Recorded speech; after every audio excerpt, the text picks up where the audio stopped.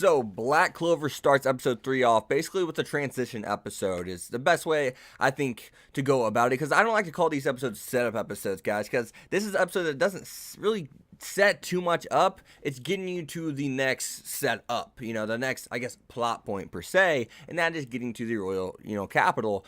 And I do got to say, the transition to where, like, you see them leave the village to go to the capital, I did like, because it just showed how beneficial some powers, can be and how some powers cannot be. AKA Asa's aren't really, he doesn't seem to be a character that's going to be made to fight, multiple enemies at a time. It seems as if he's going to be a character that's really more one-on-one. That's where he's really going to shine, maybe. But, I mean, it depends, because he doesn't know how to use his nullification magic, right? He's basically Dazai from Bunga Stray Dogs in terms of powers, right? So I liked how they did get rid of all the fluff during them going to the, making the journey to the royal capital. They didn't drag it out. They didn't make it a whole, even a 5 minutes, I don't think. They made it like 3 minutes, maybe 4, and just kind of shows you really, just really quick clips. And I did enjoy, like, how dumb their rivalry is, in a good way, of course. Like, they're racing to get to the capital, then they stop halfway through. They're racing to get in the church doorway.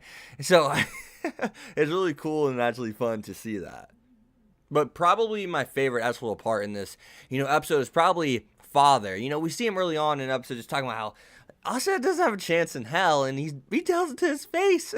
He's smiling about it. And I love when Asa comes back to Father, and he's like, hey, tell too. And the only reason he wanted him to tell of course, was so he could feel better, and he didn't. It's like, oh, shit.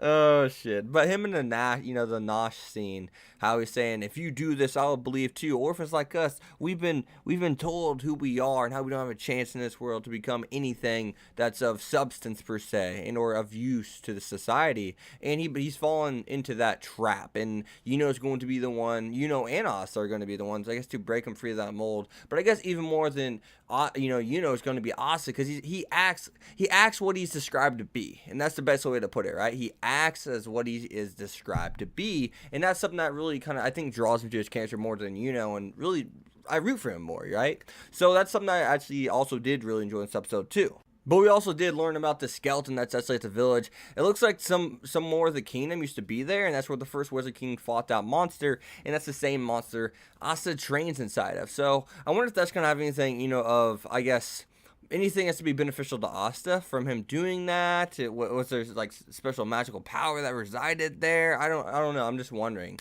So that's just me just kind of like grasping at straws, I guess, just wondering, trying to see if there's anything. I'm grasping at straws and seeing if I can actually come back with some straws.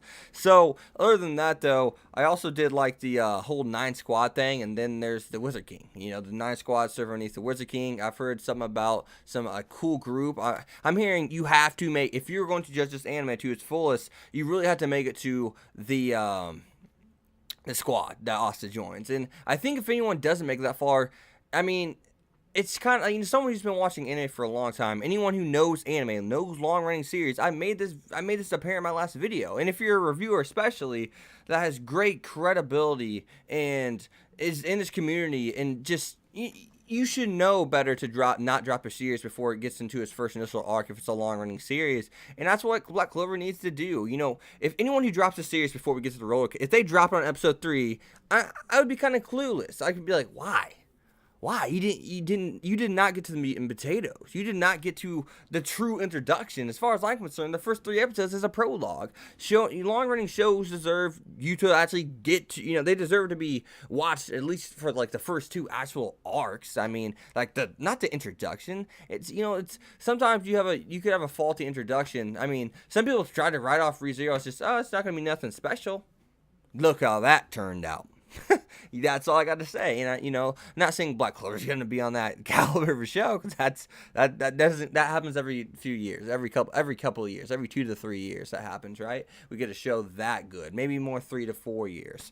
So other than that, though, I was happy with everything this episode did. I also did like how they showed them, Austin, training. That's something that a lot of shows didn't do. That reminds me of My Hero Academia. It did a great job of showing the power struggle, and I hope it does the same thing with, Asa.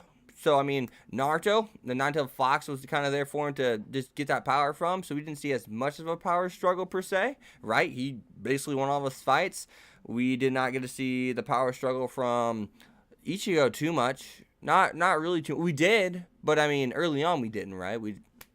But I mean, that's not a knock against those shows. They're still great, and they did what they needed to do to really grab our attention. But yeah, love the episode. Would love to know your guys' thoughts about this. Be sure to leave a like, comment, subscribe, follow me Twitter X25. I'll see you guys next time. Peace. Black Clover, you're pretty damn good so far, at least I think personally.